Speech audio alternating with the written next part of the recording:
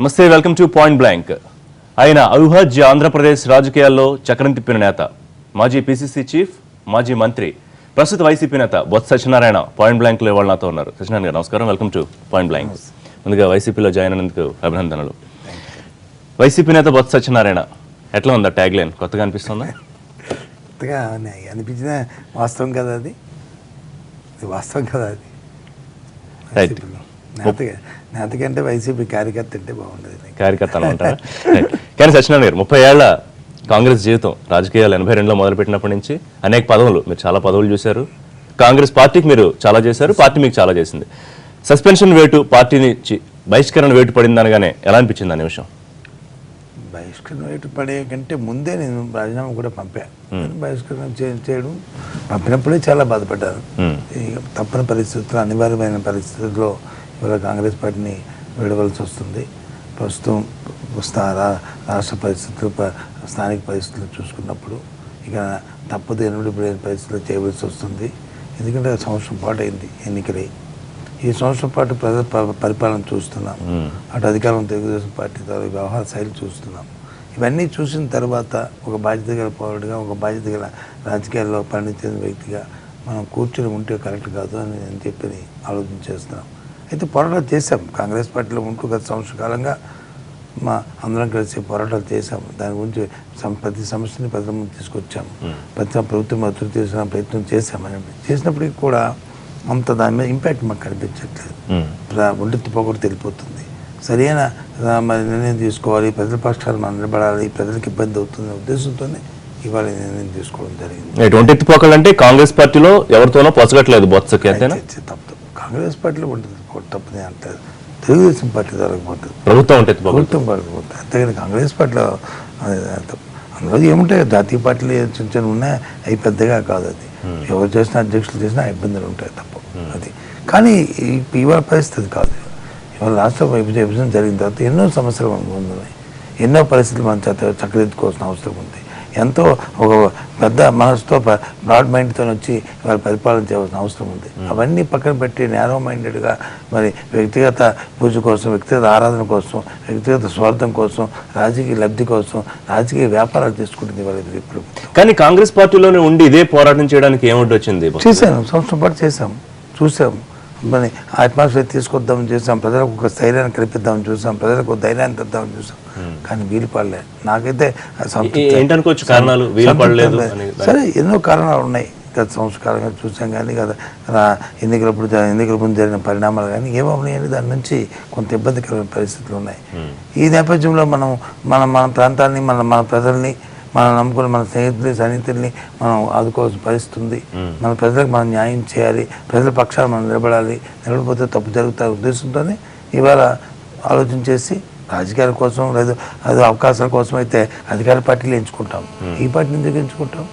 కానీ ఒక ప్రతిపక్షంగా ఇవాళ 47 మంది ఎమ్మెల్యేలతో ఇవాళ వైసీపీ పార్టీ ఒక ప్రధాన ప్రతిపక్షంగా నిర్మాణాత్మకమైన పాత్రను పోషిస్తుంది. ఇవాళ దాన్ని కొంత మనం కూడా అక్కడ పోయి దాంతో చేయొచ్చు. మనకున్న అనుభవాన్ని కూడా 1% 2% దాన్ని కోడీకరిస్తాం. కానీ కష్టకాలంలో ఉన్న కాంగ్రెస్ పార్టీకి బొత్స లాంటి కీలక నేత ఇప్పుడు మళ్ళీ వచ్చే ఎన్నికల దాకా చాలా అవసరం. మరి దాన్ని మీరు విస్మరించారనుకోవాలా? మేబీ నేను విస్మరించారని అవతల పక్క అనుకోవచ్చు. ఈ కార్యక్రమం చేయడం వల్ల నేను ఏదో తప్పు చేశాను, ద్రోహం చేశాను అనుకోవచ్చు. కానీ దానికంటే ముఖ్యం ప్రజల తాలూకా సమస్యలు. ఆ సమస్యల పడి మనం స్పందించకపోతే వాళ్ళకి అండగా ఓ ధైర్యాన్ని, ఓ స్థైర్యాన్ని, ఒక మనం నిబ్బరాన్ని మనం ఇవ్వలేకపోతే మనం ఇంకా వృధా. వైసీపీలోకి ఎందుకు వచ్చారో మాట్లాడదాం బొత్స గారు. అంతకన్నా ముందు రాష్ట్ర విభజన అనేది బొత్స రాజకీయ జీవితాన్ని పూర్తిగా మార్చేసిందంటే ఒప్పుకుంటారా? రాష్ట్రం చాలామంది, నా ఒక్క జీవితం ఏంటి, చాలామంది జీవితాలు రాష్ట్ర విభజన నేపథ్యంలో వచ్చి చాలా మంది జీవితాలు దాంతో ముడిపడి ఉన్నాయి. చాలామంది దాన్ని అవకాశంగా తీసుకుని దాని నుంచి లబ్ధి పొందారు. చంద్రబాబు నాయుడు లాంటి వాళ్ళు లబ్ధి పొందారు. మాలాంటి నిజాయితీగా ఉంటూ కార్యక్రమాలు, వాస్తవాలు మనం చెప్పిన మనుషులు అందరూ కూడా ఇబ్బంది పడ్డాం. విభజనకు ముందు చాలా సందర్భాల్లో మీరు విభజిస్తే తప్పేంటని కొంతమంది ఒక సెపరేటిస్ట్ ముద్ర కూడా వేశారు. మీరు అయితే విభజన తర్వాత కాంగ్రెస్ పార్టీ పాతాళంలోకి వెళ్ళిపోతుంది ఆంధ్రప్రదేశ్ లో అని ఊహించలేకపోయారా? ఊహించాము, చెప్పాము. ఈ మాటని అప్పుడున్న నాయకురాలు సోనియా గాంధీ గారికి చెప్పాము, ఈ విషయాన్ని అందరికీ చెప్పాము. కానీ వారు ఏమంటారంటే మా ఇచ్చిన మాట నిలబెట్టుకోవాలి, మనం ఈ మాటని పదే చెప్పాము తెలంగాణలో. చెప్పి ఈరోజు వెనక్కి వెళ్ళిపోతే అది ఎంతవరకు సమంజసము. అది కాబట్టి ఈ కార్యక్రమం చేయక తప్పదు అని చెప్పి వారి నిర్ణయాన్ని వారు తీసుకోవడం జరిగింది. ఆ నిర్ణయాన్ని కూడా కమ్యూనికేట్ చేయడం అనేది కూడా జరిగింది. వాస్తవంగా అప్పుడున్న నాకు కానీ మా ముఖ్యమంత్రి గారికి కానీ అందరికీ కూడా డిస్కషన్లో డైరెక్ట్ ఆర్ ఇండైరెక్ట్ కూడా చెప్పడం జరిగింది. అది మాత్రం వాస్తవం. అది ఈ మధ్య మీరు కామెంట్ చేశారు మాజీ ముఖ్యమంత్రి కిరణ్ కుమార్ రెడ్డి మీద, ఆయన ఆ టైంలో కొంత సరిగా ప్రవర్తించలేదు అన్నట్టుగా. నేనేం కామెంట్ చేయలేదు. నేనేం కామెంట్ రీసెంట్ టైమ్స్ లో మీరు ఆయన వాటి నుంచి మీకు కిరణ్ కుమార్ రెడ్డికి పెద్దగా శక్తి ఉండేది కాదని బయటికి తెలిసి వాస్తవమే. అది వాస్తవం. అది ఎవరైనా అనుకుంటే వాస్తవం అంటే వాస్తవమే కదా. అభిప్రాయం పాలసీస్ దగ్గర ఆయన వయసు వ్యవసాయ శైలి నా వ్యవహార శైలికి పొసిగేది కాదు కాబట్టి ఉండేది అది. సో మొత్తం మీద విభజన వ్యవహారంలో బొత్సది కూడా కీలక పాత్ర అంటే ఒప్పుకుంటారు. అంటే ఆ రోజు కాంగ్రెస్ పార్టీ అధ్యక్షుడిగా ఉన్నప్పుడు, అధికారంలో కేంద్రంలో రాష్ట్రంలో పార్టీ ఉన్నప్పుడు నాకు సంబంధం లేదు నేను కాదు అనుకుంటే అది ఎవరు నమ్ముతారు? నేను ఉన్నాను కాబట్టి తప్పదు. ముఖ్యమంత్రి నేను బాధ్యత దానికి. ఆ రోజు జరిగిన దాని పరిణామాలకి మేము కూడా అందులో మాతో పాటు ఉన్న మంత్రులు, మాతో పాటు ఉన్న కేంద్ర మంత్రులు అందరూ కూడా సింహభాగం మీరు తీసుకోవాల్సిందే. అందరూ కలిసి బాధ్యత ఇది. ఇందులో కాదని అంటే అవ్వదు. ఎందుకంటే మాది లేకపోయినప్పటికీ కూడా ఏదైతే ఆ రోజున తెలుగుదేశం పార్టీ చంద్రబాబు నాయుడు గారు ఏ రోజున ఒక్కరోజైనా సమైక్యంగా ఉన్న రాష్ట్రాన్ని చెప్పారు? ఆయన చెప్పలే.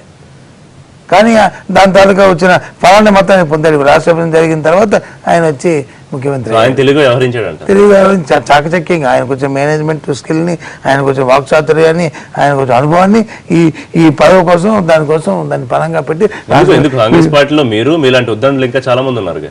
అంటే కాంగ్రెస్ పార్టీకి ఇలా చాలా మంది అంటే ఇప్పుడు బయటకు వచ్చాం కాబట్టి చెప్పడం చేయడం కాదు, కానీ ఎక్కువగా ఈ కుతంత్రాలకి, ఈ కుల రాజకీయాలకి వీటికి కొంత ఒప్పుకోరు. ప్లెయిన్ అంటే కాదు, వాస్తవాలతో ఉంటారు. ఎందుకంటే ప్రజాస్వామ్యం ఎక్కువ, డెమోక్రసీ ఎక్కువ కాబట్టి అంతర్గత ప్రజాస్వామ్యం. అందుకని ఇవన్నీ ఉండవు. ఒక మనిషి చెప్తే ఇంకో మనిషి కాదంటారు. అక్కడ వాళ్ళు చెప్తారు. అందుకని అక్కడ అబద్ధం చెప్పడానికి, పొసగడానికి, అక్కడ లోన మాట బయట మాట చెప్పడానికి అవకాశం ఉంది. ఎక్కడో బయటపడతాయి అవి. ఏ తెలుగుదేశం పార్టీకి అది లేదు. వాళ్ళ ఇష్టం, వాళ్ళ రాజ్యం అది. అందుకే ఆయన మొదటి నుంచి కూడా గంటకో మాట చెప్పాడు. మహబూబ్ నగర్ మాట చెప్తాడు, గుంటూరు వెళ్తే ఒక మాట చెప్తాడు. ఎక్కడ పొంతం ఉందో చెప్పండి.